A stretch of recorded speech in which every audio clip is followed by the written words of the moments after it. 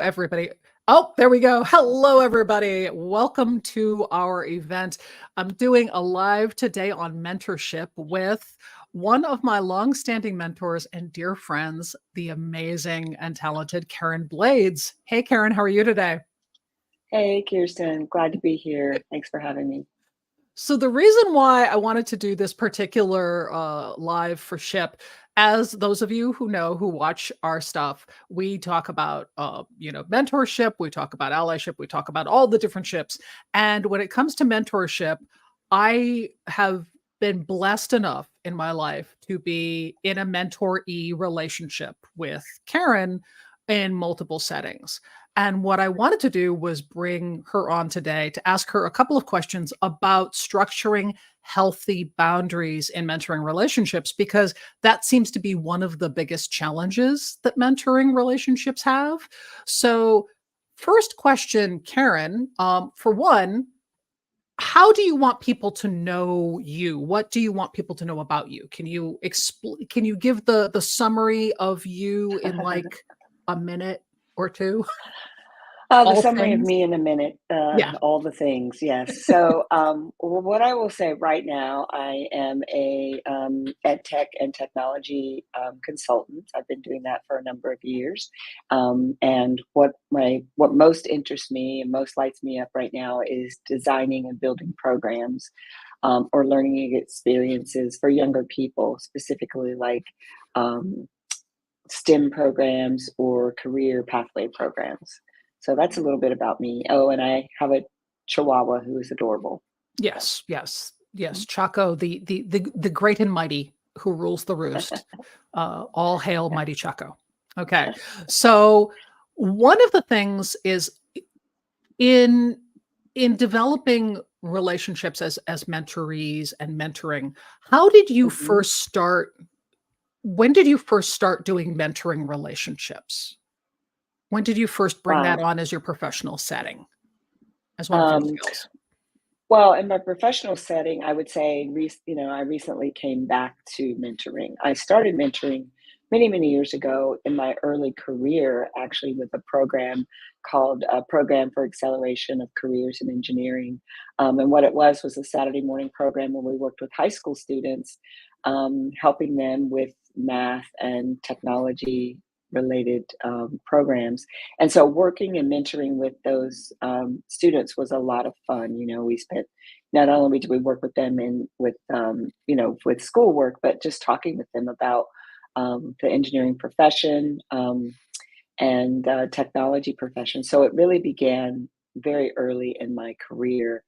And I would say bringing it into my professional skills really came about probably the last I would say the last 10 years or so, because I started to notice, and as one of the things I am, in addition to being a technology enthusiast, is I'm a productivity geek.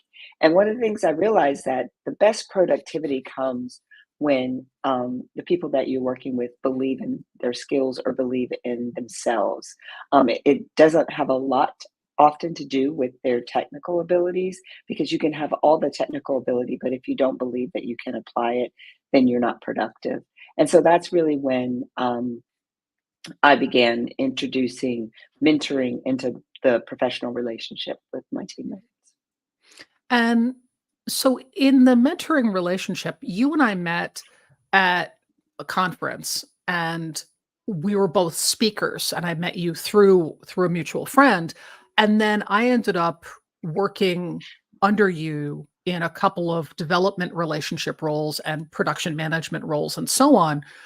Correct. And I noticed that when you were mentoring me and mentoring Josh and other people on the team, that you were just exceptionally good at setting the boundaries, setting the definitions of what the expectations were, and including Hmm. basically kind of putting up the, okay, I understand this is a thing, but we're going to stop it right here and we're going to move over to this. And was that a skill set you always had, or was that something that you had to work to develop? That was something I had to work to develop, and I think largely working to develop that was part of my own personal journey and really understanding more about boundaries when it comes to work-life balance and things of that nature. That was really when that skill I started really honing that skill, particularly with my team. And it's also a part of when you think about agile application, you're just going to focus on that particular item that you're focusing on, and then you're going to move to the next item. Trying to eat the whole pie, if you will, with a single bite um, is very challenging and is very hard. And so oftentimes that's where applying those boundaries becomes important, because we're just focusing in this area right here, and then we can move that boundary. We can slowly expand that. But if we keep our focus on what we're doing here, that's the most important piece. And also, I think going back to that self-belief piece around working with people and ensuring that the team believes in themselves and believes in the possibility of the desired outcome that we want to Mhm. create. I think that really helped as well in keeping focused. What can we do today? And also making sure, and you know this by working with me and on teams, that my focus is always to bring the team and the project to completion with everyone whole, right? Because at the end of that project or end of that team, we have to dust off ourselves, move to the next project or move to the next team and begin again. And so at the end of that, we need to make sure that the participants and my teammates and all of us arrive at the end with something left in our tanks to give for the next go round. Very much so. And of course, as people watching have heard, my dog Angel decided to chime in and give her thoughts. Um, so what makes a good mentor? What kind of characteristics make a good person who can be a mentor? Well, I think certainly the characteristic of listening, really being able to listen, and really hear what your mentee is, what they're striving to do, and where they might need your support. I think is also one of the important characteristics of a mentor. Certainly, not giving unsolicited advice, or even sometimes giving advice at all. Um, that's not necessarily the your charge as a mentor unless you're asked. I don't know how to, if a mentor or mentee comes to you saying, I don't know how to do this, then you can walk them through the steps as opposed to, well, you should do this or you should do that. Introducing them, networking and introducing mentees to people in expanding their networks so that they have the contacts that they need, or even sharing your contacts, and really being a cheerleader, if you will, for that person when they need it, but also that listening ear and that nudge when they need to scoot out of their nest sometimes as well as a mentee. Yeah. Yep. So what do you think, I mean, for yourself, what is the mission of being a mentor? What's the goal or the goals? For me as a mentor, Yeah. when I'm mentoring, my goal is always to support whomever I'm mentoring, and if whether it's a formal mentoring relationship or an informal one, is to always see the best in that person, but also to remind them of the best in them, right? Sometimes it's hard for us as individuals to see what our skills are because it's just who we are. I remember sometimes in our you and I in our conversations together, sometimes you would often forget about, we use it a lot, superpowers. You would forget those strengths that you would bring to the team. And so as a mentor, reminding that mentee of their strengths, and of their possibilities is very important as part of the mentoring relationship. So what, I mean, you've mentored a variety of different personalities and some more challenging than others. Um, what do you think makes a good mentee? What kind of person is successful in a mentored relationship?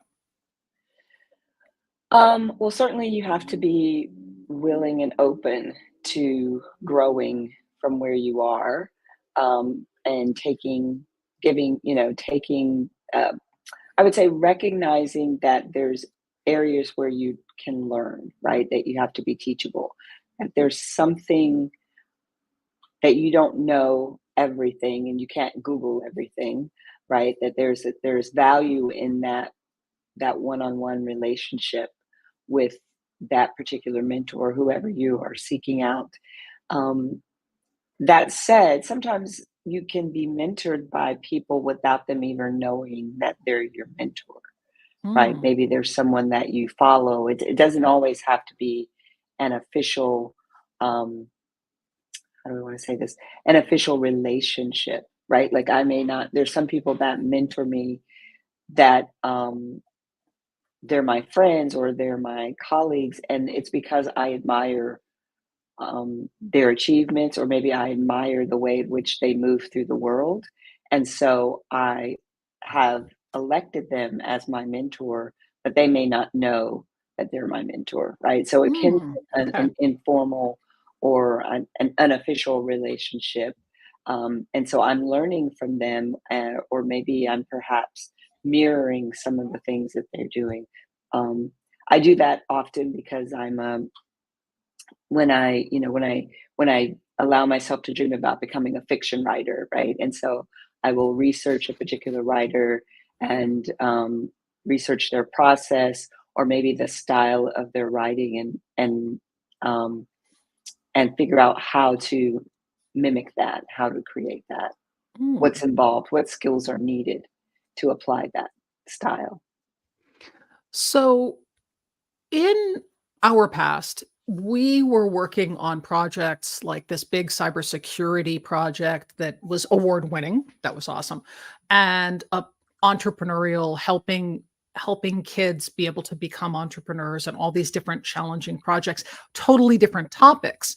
But the consistency across all of those was that you had a team of people that by default tended to want everything to be the best it could possibly be and didn't necessarily have the ability to stop.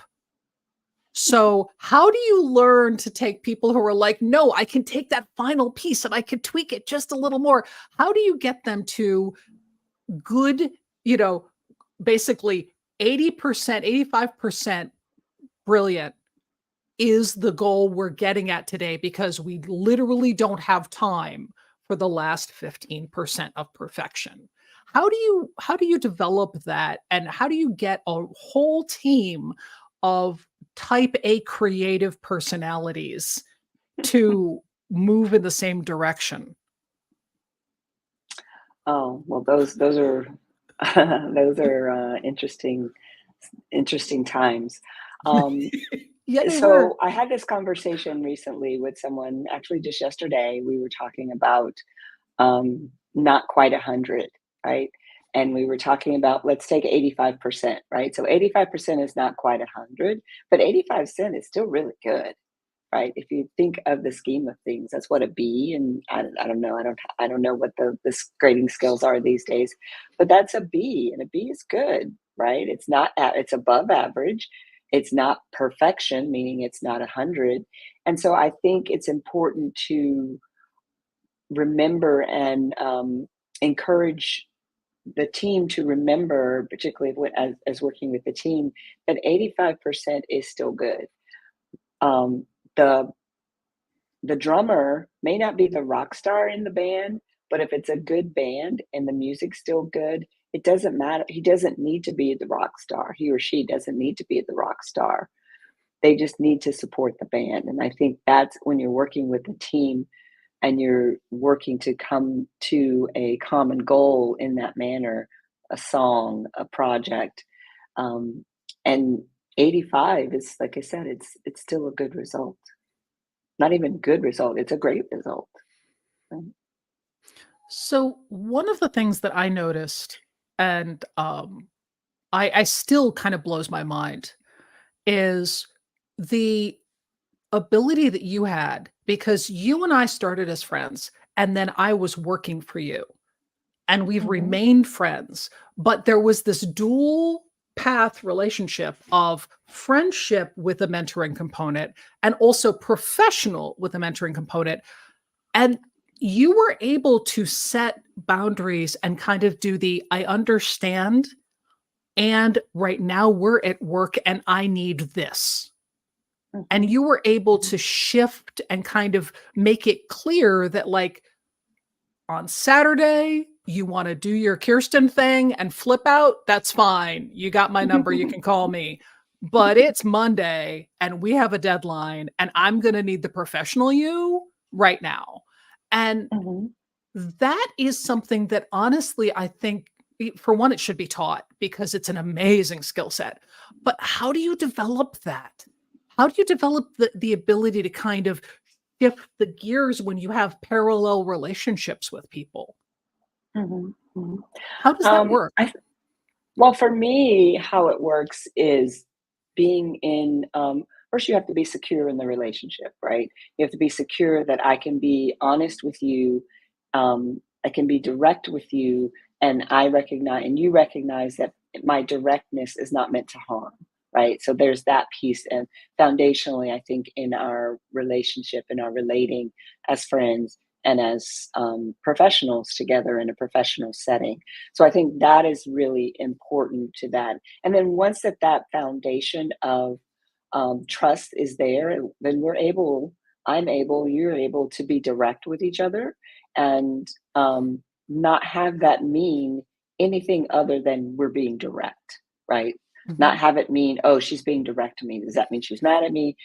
We don't have to question those things. And I think that piece of creating that foundational relationship that's built on psychological safety, that's built on trust, it enables us to be able to then navigate different types and different ways of relating, whether that be professional, whether that be as friends, as or whether that be, as travel mates, whether we're on a Zoom call and we're just having a conversation and we're laughing till we're crying, or whether we're on a Zoom call and we're crying because we don't know which direction to go next. Um, Again, all of that is built on creating psychological safety, creating a place and a space where we get to be our whole selves. We get to be our vulnerable selves. We get to be our professional selves. Um, for me, that's how I believe that we are able to create that, and that I look for those types of relationships. I look for those both professionally, as well as personally in my lives. And it doesn't always work out, right? It doesn't. You're not always going to find people that are able to support those types of things, and that's okay too. Um, and then that's where the boundaries come in. That's where you then Mm. have to create and define clear boundaries, um, because I have to then create my own safety. I have to discern what is a safe space for me in this relationship or relating that we're having. Um, and my goal is to also respect and create that space for the other person whom I'm relating with, but it's not my responsibility. Does that make sense? It does, and that's what I wanna follow up on is because it really it's tricky to not take on responsibility that isn't yours. Absolutely.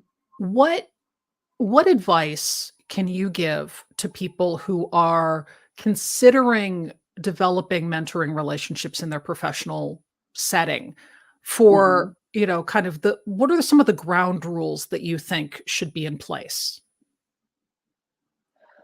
Are you saying with respect to, who you select as a mentor or whether you want to go into the relationship? Um, well, I like both of those. So let's start with who you select as a mentor. So I think who you select as a mentor, um, you wanna look for someone who you feel like is, um, not going to judge you, right? I think judgment definitely needs to be off the table, right? Not gonna feel judged in that relationship with anything that you bring to that relationship. So if it's a personal mentoring relationship, You don't want to feel judged in your personal life. Similarly, professionally, you don't want to feel judged. Now, feeling judged and being judged are two completely different things, right? You might feel Mhm. judged. They may not be judging you, but you feel judged. So you want to make certain that you're in a space where that feeling is not present for you.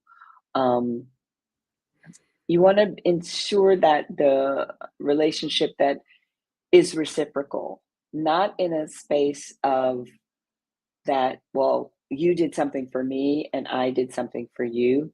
But in addition to you being mentored, how is it going to how is it going to contribute to that other person's life? So in you and I's sense, for example, me mentoring you, I enjoy watching you grow and I enjoy, watching you build belief in yourself. But that also creates that in me as well, right? So by, sometimes when I'm thinking about, the growth that you've had and over the last couple years, it reminds me, wow, well, I can do that too, right? That I can believe in myself as much in those moments where I feel like I need that self-belief, or self-acceptance within myself. So those are the two things I would say from a mentor, and obviously it's someone that you respect, right? Mhm. There's a mutual respect. You respect them, and they respect you. Very important, very important characteristics that you want to have when you're choosing a mentor. So if you want to encourage mentorship in a professional setting as, say, the owner of a company or the manager of a department, Hmm. obviously you can't pick people and say, you're going to mentor this person in this way and it will work like this, because you can assign people to each other, but that all has to be worked out with those two people and those two personalities and those two styles of communication, or the cross styles of communication. But what do you think is a reasonable goal or objective for a manager or an owner of a small company to have when saying, I think mentoring would be helpful? I want to bring mentoring in.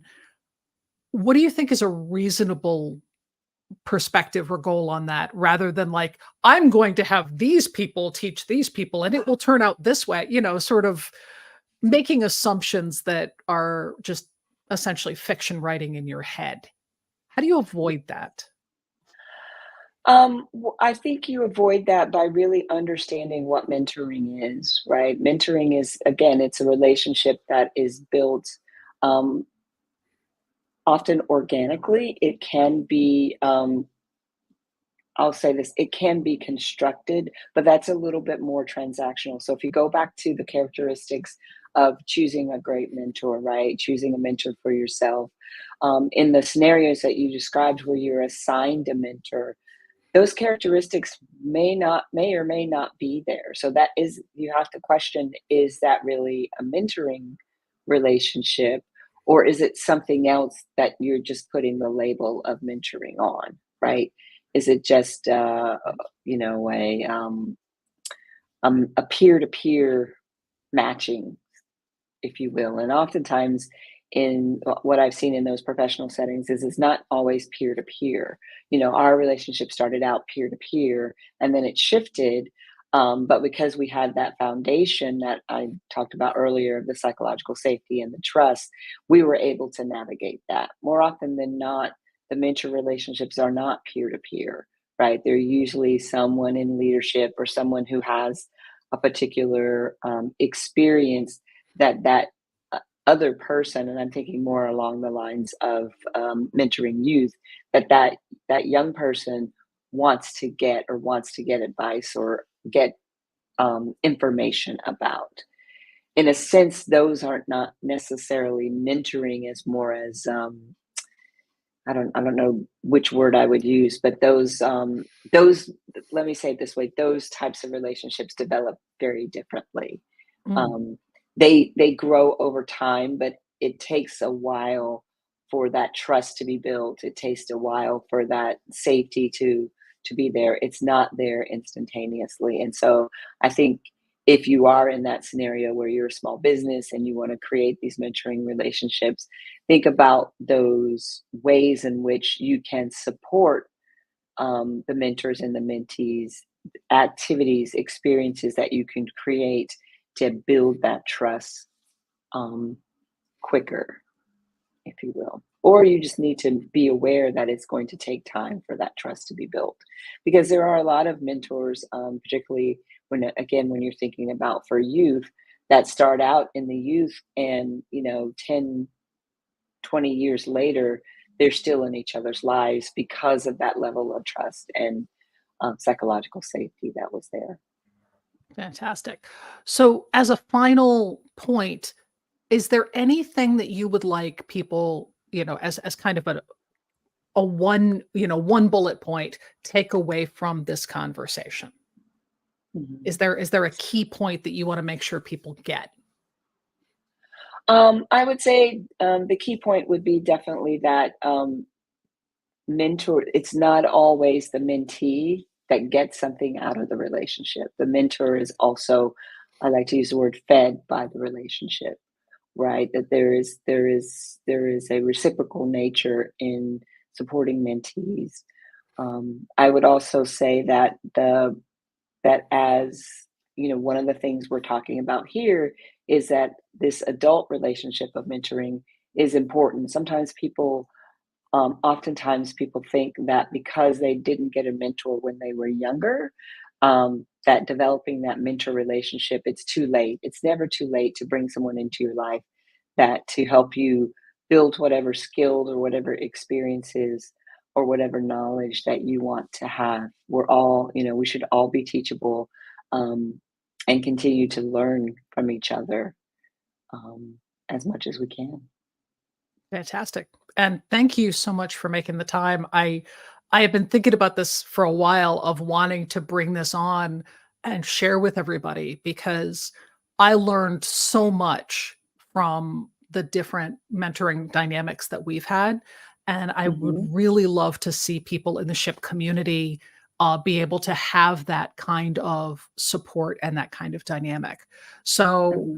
for those watching now, if have any comments, please go ahead and throw them into the chat. If you are watching on replay crew, please throw in comments and we will come after the fact either on YouTube or wherever. And other than that, Karen Blades, where would you like people to find you if they were going to be looking for you to extend this conversation some more? They can find me here on LinkedIn. Reach out to me on LinkedIn. I'm on LinkedIn quite a bit. Send me a message, or yeah, I'm here. And if you have any questions about mentors, I would also add that one of the points is that I do work with an organization. I'm on the board of an organization called Nerdy Girl Success, where we work with young women um, to help them change the face of leadership, if you will, and start them off early. And it's a really great organization. It's something that I wish that I had known about when I was a young girl. And that's also a really great organization if people are looking to um, maybe have their daughters get mentors and become mentors, or if they are looking to volunteer. We're always looking for volunteers for women, particularly women in leadership, to volunteer and work with our young ladies. And that was Nerdy Girl?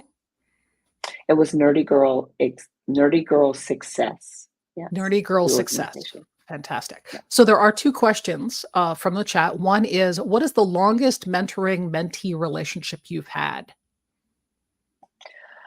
Well, that would reveal my age now, wouldn't it? There we go. Okay. So let's say you started when you were um, 3, you know.